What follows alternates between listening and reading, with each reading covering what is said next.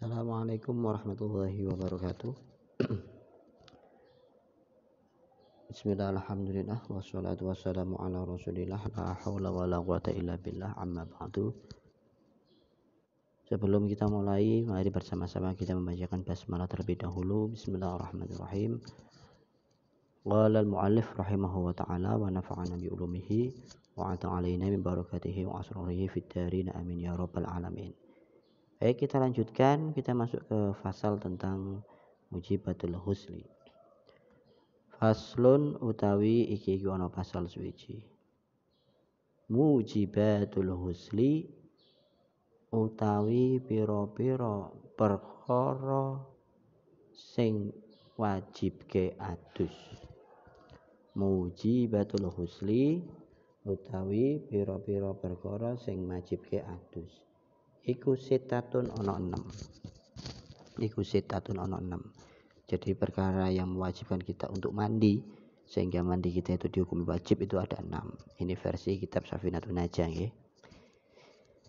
Ilajul hasyafati siji nglebokke hasyafah. Ilajul hasyafati siji nglebokke hasyafah. Fil farji ing dalem farji. Fil farji ing dalem farji. Wa khurujul maniyyi lan metune mani. Wa khurujul maniyyi lan metune mani. Wal haidu lan haid. Wal haidu lan haid wan nifasu lan nifas ya. Jadi haid dan nifas ketika kita keluar haid kemudian setelah berhenti wajib mandi. Nifas pun demikian ya. Wal wiladatu lan lahirke. Wal wiladatu lan lahirke wal mautu lan mati. Nah ini ya. Hal-hal yang mewajibkan kita untuk mandi itu ada 6. Yang pertama memasukkan hasyafah ke dalam farji ya. Hasyafah itu adalah kelaminnya laki-laki, sedangkan farji itu adalah kelaminnya perempuan. Nah, hasyafah itu kuncup ya yang ada di ujung itu, yaitu hasyafah. Kalau zakar itu secara keseluruhan. Yang pertama itu ya, memasukkan hasyafah ke farji. Nah, kalau dalam kitab takrib itu dijelaskan iltiqaul khitanain ya. Bertemunya dua khitan atau bertemunya alat kelamin laki-laki dan perempuan, mau itu dalam keadaan intisyar mau tidak keluar mani ataupun tidak itu wajib mandi kalau dalam kita takrib ya. Wa khurujul maniyyi yang kedua keluarnya air mani ya. Keluarnya air mani baik disengaja ataupun tidak disengaja. Ketika kita keluar mani maka wajib untuk melakukan mandi. Mandi yang dimaksud adalah mandi jinabah atau mandi junub ya. Kemudian yang keempat adalah keluarnya haid. Ketika kita sudah suci dari haid maka kita wajib untuk mandi. Ya, ini khusus untuk mbak-mbak memang harus lebih ngerti tentang hukumnya haid karena yang melakukan secara langsung, yang merasa secara langsung. Dan mas-mas pun juga wajib untuk tahu tentang hukum haid karena nanti akan menjadi suami dari istri-istri sampean semua. Mengetahui ilmu haid itu maka menjadi wajib. Kemudian yang keempat adalah nifas. Nifas itu adalah darah yang keluar setelah atau pasca melahirkan. Biasanya kan nifas itu paling sedikit satu lahdzah, satu kali keluar, kemudian umumnya itu sampai 40 hari dan paling lama itu 60 hari ya. Begitu suci nanti kita wajib mandi. Kemudian al-wiladah. Al-wiladah itu adalah melahirkan. Baik bayinya itu normal ataupun tidak. Artinya baik melahirkan secara normal ataupun tidak, baik bayinya itu hidup ataupun mati, maka tetap wajib untuk melakukan mandi ya. Jadi setelah melahirkan maka yang melahirkan itu wajib untuk mandi ya. Kemudian yang keenam itu al-maut. Al-maut ini ya mati ya. Orang mati wajib untuk dimandikan, bukan mandi sendiri yang tidak mungkin. orang mati kemudian mandi sendiri yo sak desa mlayu kabeh itu dah. Maka kita wajib memandikan. Makanya ketika dalam hukum fikih itu salah satu yang harus kita ketahui, hal-hal yang wajib dilakukan kepada jenazah itu yang pertama adalah memandikan, yang kedua mengkafani, yang ketiga menyolatkan, dan yang keempat menguburkan, yaitu kewajiban fardu kifayah ya. Baik, kita lanjutkan lagi. Faslun utawi kikon fasal suwiji. Furudul husli utawi piro-piro fardune adus. Furudul husli utawi piro-piro fardune adus iku isnani ono loro ya. Hal yang wajib dilakukan ketika mandi itu ada dua ya. An-niyatu rupane siji niat, an-niyatu rupane siji niat, wa ta'mimul badani lan ngrotoni awak, wa ta'mimul badani lan ngrotoni awak bil ma'i kelawan banyu, bil ma'i kelawan banyu. Fardunya mandi itu ada dua. Yang pertama niat untuk melakukan mandi, dalam hal ini adalah mandi besar atau mandi junub. Yang kedua adalah meratai sekujur tubuh dengan air. Nah ini cuma dua saja. Kefarduannya itu cuma dua. Adapun yang lainnya itu sunnah ya. Misalkan Anda berwudu terlebih dahulu, membaca basmalah dan lain sebagainya, itu hukumnya sunnah. Kalau pakai sampo dan lain sebagainya itu sunnah juga ya. Artinya untuk menyempurnakan. Ya ini ya, pertama niat seperti biasa. Aturannya niat itu adalah ditekadkan dalam hati, kemudian dibantu dengan lafadznya, itu kan hukumnya sunnah. Kapan kita niat ketika mandi? Pertama kali air menyentuh tubuh kita, maka disitulah kita niat bacakan nawaitul husla liraf'il hadasil akbari fardhul lillahi ta'ala. Atau misalkan kalau bahasa Arabnya tidak bisa, ya udah saya niat mandi junub atau saya niat mandi besar fardu karena Gusti Allah Ta'ala, itu sudah cukup ya. Yang penting hati kita niat bertekad untuk mandi. Yang kedua, memastikan seluruh tubuh kita itu diratai dengan air. Dan ingat, air yang kita gunakan untuk mandi itu harus air yang tohir mutohir, yaitu suci dan mensucikan, tidak asal air-air saja ya. Jadi memang harus tertib, harus jelas, aturan-aturannya harus kita penuhi, sehingga nanti mandi kita pun sah. Dan dengan sahnya mandi jinabah kita itu, maka ibadah-ibadah yang kita lakukan pun menjadi sah. Oke. Kita lanjutkan ya. Faslun syurutul wudu'i asyaratun. Syurutul wudu'i utawi pira-pira syarate wudu. Syurutul wudu'i utawi pira-pira syarate wudu iku asyaratun ana 10 ya. Ini syarat-syaratnya wudu itu ada 10. Nanti kalau syarat itu kan dilakukan sebelum rukun ya. Jadi seperti kita daftar ke IAIN itu kan syarat pendaftaran harus lulus SMA, punya ijazah dan lain sebagainya, atau harus lulusan ini lah, itu adalah syarat. Nah nanti ketika Anda sudah masuk ke IAIN, Anda mengikuti kegiatan perkuliahan, kegiatan kemahasiswaan dan lain sebagainya, itu adalah rukun ya. Rukun menjadi mahasiswa IAIN. Al-Islamu rupane siji Islam. Yang pertama syaratnya wudu adalah Islam. Orang Islam ya wudu. Kalau yang non muslim tidak bisa wudu. Artinya ketika dia melakukan wudu pun ya tidak dihitung sebagai kegiatan wudu atau sebagai ibadah wudu. Wa tamyizu lan pinter.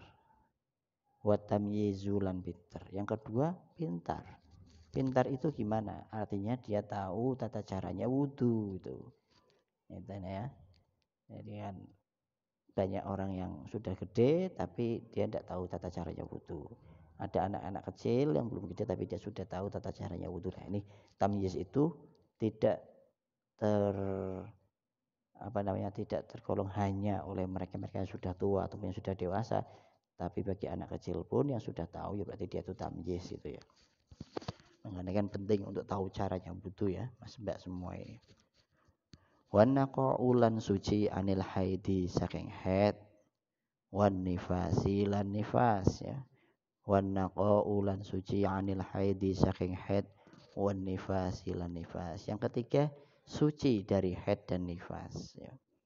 Kalau Anda suci dari haid, Anda suci dari nifas, maka boleh untuk wudu. Kalau tidak suci atau misalkan sedang haid atau nifas, boleh tidak wudu? Ya boleh, tetapi Anda tidak dapat keutamaannya wudu, karena dalam kitab yang lain itu dijelaskan ada wudu itu adalah hal yang lain daripada jinabah itu ya.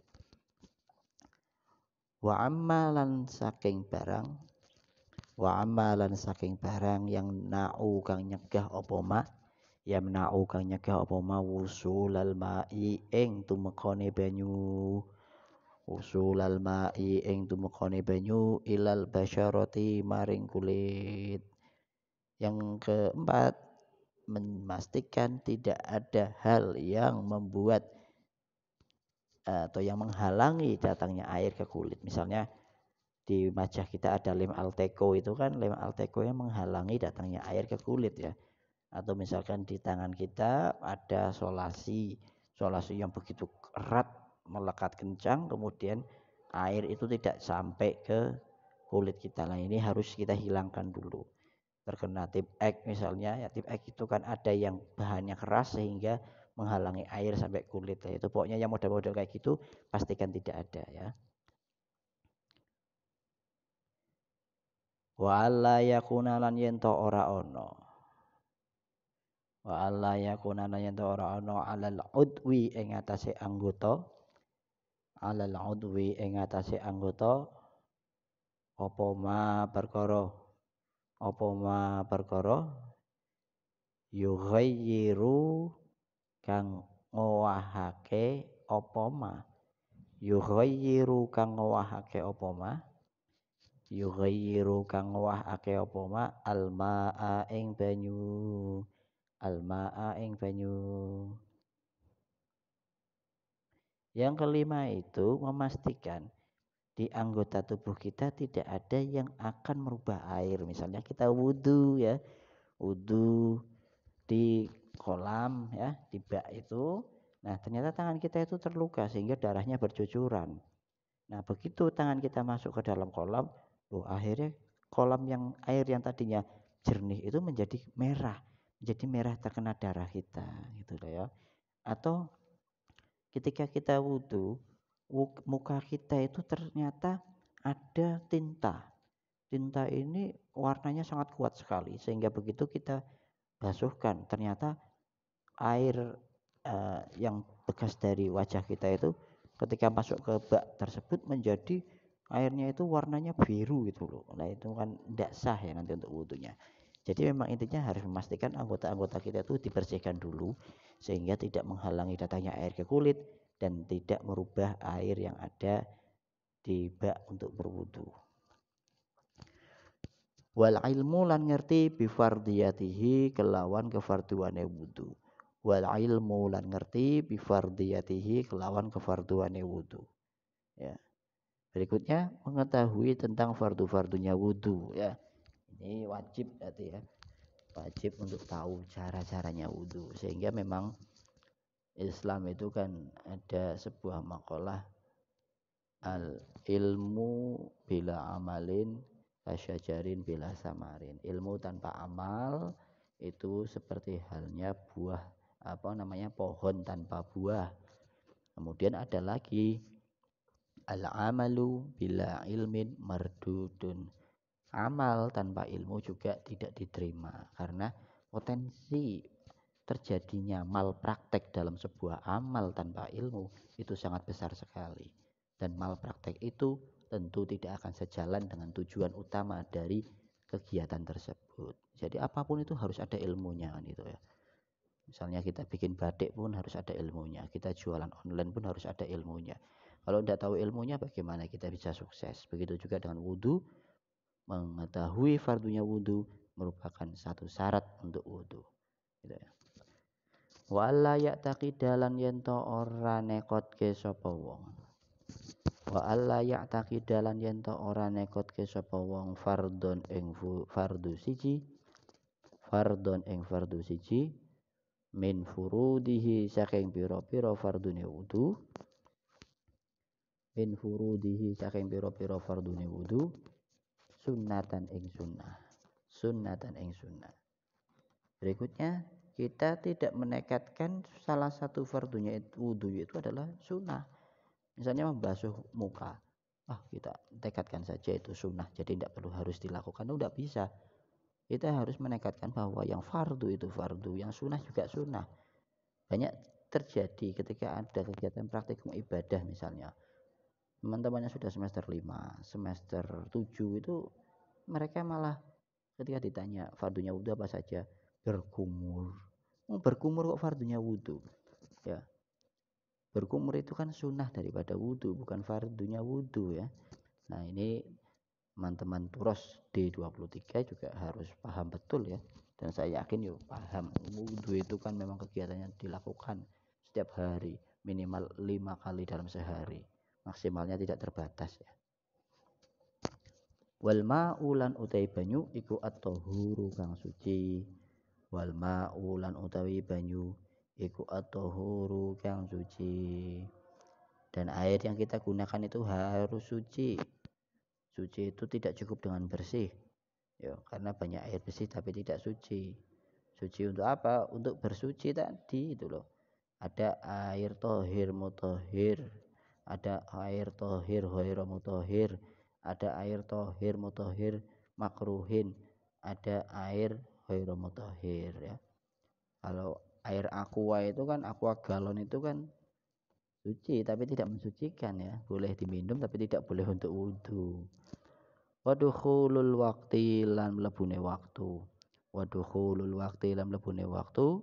Wal muwalatu lan nuli-nuli. Wal muwalatu lan nuli-nuli. Lida imil hadasi kadue wong kang langgeng hadas. Lida imil hadasi kadue wong kang langgeng hadas ya. Dukhulul waqti ini untuk wudhu yang digunakan sebagai ibadah fardu. Misalnya kita mau sholat isya, ya bagusnya itu kita wudhu setelah masuk waktu sholat isya ya. Karena potensi batalnya itu kan akhirnya agak lebih sedikit ya dibandingkan kita wudhu untuk sholat duhur misalnya mulai dari jam 10. Tapi boleh enggak kalau misalnya kita wudhu dulu Pak? Ya boleh enggak apa-apa. Daimul wudhu itu kan salah satu keistimewaan bagi orang Islam ya. Melanggengkan wudhu itu kan salah satu keistimewaan. Banyak kiai-kiai, para wali yang mereka itu karomahnya muncul sebab karena daimul wudhu, selalu melanggengkan wudhu. Boleh enggak kalau kita melakukan itu? Ya boleh, silakan, enggak apa-apa ya. Malah bagus kalau misalnya jenengan mau kuliah wudhu dulu, mau apapun itu wudhu dulu ya. Wal muwalatu lan nuli-nuli lidah imil hadasi kadue wong kang langgeng hadas. Artinya apa? Artinya bagi orang yang beser misalnya ya, orang yang suka pipis, kemudian yang suka apa namanya kentut, yang pokoknya lagi tidak enak badan akhirnya menimbulkan hal-hal yang memudahkan untuk wudhunya itu batal, maka harus terus menerus. Artinya terus menerus bagaimana? Dari satu anggota ke anggota yang lain itu tidak diputus. Misalnya dari mulai membasuh muka, membasuh kedua tangan, mengusap sebagian kepala, dan kemudian membasuh kaki itu dilakukan secara terus menerus. Nah kalau misalkan jenengan itu bukan orang yang daimul hadas atau baik-baik saja, ya Anda boleh melakukan wudhu misalkan membasuh mukanya itu di masjid A, kemudian nanti membasuh tangannya di masjid B. Kalau dalam kitab Fathul Mu'in dijelaskan tidak apa-apa kayak gitu, yang penting anggota yang sebelumnya itu belum kering gitu ya. Misalnya kita membasuh muka di masjid A, nah kemudian kita datang ke masjid B untuk membasuh kedua tangan, itu dipastikan yang bagian muka itu belum kering sehingga kita bisa melanjutkan untuk bagian-bagian berikutnya. Nah memang dalam wudhu ini kan agak-agak banyak persoalan ya, ada agak banyak pertanyaan. Seperti misalnya kalau kita adus-adusan di kali itu, begitu kita mau terjun ke bawah, ayo ambyur-ambyuran, kita niat kita terjun sekaligus nawaitul wudu ala rafil hadasil asyhari fadlillah ta'ala biur gitu ya. Nah itu yang sah apanya coba? Apakah wudhunya sah atau tidak ya? Kalau secara keseluruhan yang sah itu hanya membasuh mukanya saja, yang lain ya juga harus dilakukan setelah itu. Sebab apa tadi? Di fardunya wudhu itu ada tertib. Tertib itu mendahulukan anggota yang pertama, mengakhirkan anggota yang terakhir. Sehingga kalau kita misalnya jegur itu kan biur itu kan yang kena dulu mesti ini kan muka dulu ya. Walaupun kita jegurnya itu yang datang kakinya dulu Pak. Berarti kakinya dulu yang dibasuh ya tidak bisa. Malah itu nanti tidak masuk dalam kategori tertib ya. Jadi kalau kita mandi semodel itu atau wudhu model itu, yang sah itu adalah membasuh muka. Kemudian dilanjutkan dengan membasuh yang lainnya, baru kita bisa sah dalam wudhu. Oke, saya kira itu dulu. Mohon maaf apabila ada penjelasan yang kurang berkenan ataupun salah. Ini semata-mata karena kedangkalan ilmu dari saya. Kita akhiri dengan membacakan hamdalah. Alhamdulillahirabbil alamin. Wallahul muwaffiq ila aqwamit thoriq. Assalamualaikum warahmatullahi wabarakatuh.